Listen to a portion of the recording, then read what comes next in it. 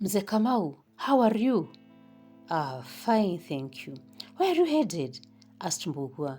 My usual spots, said Mzee Kamau. I can see you're carrying your tools ready for work, said Mbugua. Will you join me today? Asked Mzee Kamau. Me? Join you? Not at all. I don't have those guts, said Mbugua. So Mzee Kamau proceeded and arrived at his first destination. He began picking waste paper and rubbish in the market area. All eyes were on him. What's wrong with this man? Is his head okay? Asked Njoki. Doesn't he have anything to do at home? Pamela asked. Probably he's unwell. Only a mentally ill person would do that.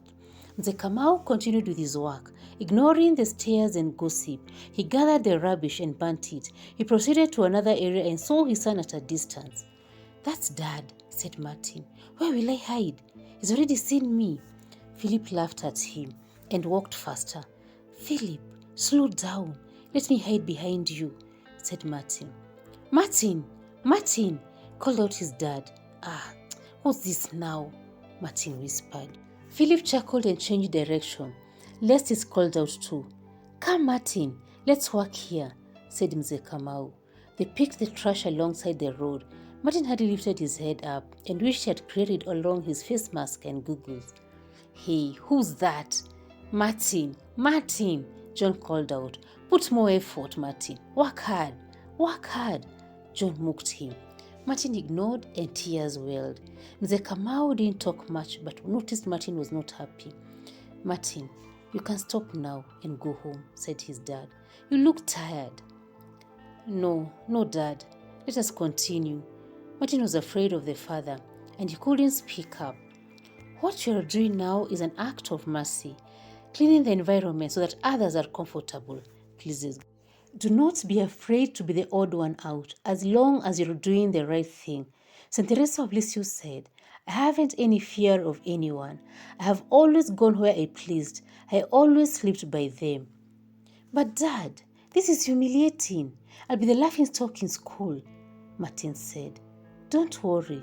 I'll not ask you to join me again until you're comfortable. Following the crowd may not always be the best option, said Mzee Kamau. Strive for humility and meekness. Be merciful to others as Jesus is to us. And when you feel your strength failing, go to the merciful Jesus.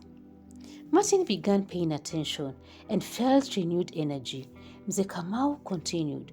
God does not look so much at the magnitude of anything we do as at the love with which we do it. Working in silence is a merit that everybody should learn from the bees, because holy things are done holily in silence. God sees and God rewards. Luke 18:22. Laboring on earth for Jesus, we are laying up treasures in heaven. Dad, said Martin, I feel better now. Thank you for your encouragement. I don't mind being laughed at because you've enlightened me. I'll keep practicing to be the best that I can be. Mzee Kamau passed on a few years later, and his burial was attended by many. Wow, I can't believe this, said Njoki. Believe what? Pamela asked. I mocked, criticized, and laughed at Mzee Kamau, always assuming he was insane. Now, look at his burial. We've even missed seats. Pamela interjected. I'm ashamed and truly sorry. I've learned a great lesson, to talk or speak when it's absolutely necessary. The market littered with trash, and Mzee Kamau was missed greatly. They hired a laborer because they could not stand the stench. The best way to find yourself is to lose yourself in the service of others. Mahatma Gandhi.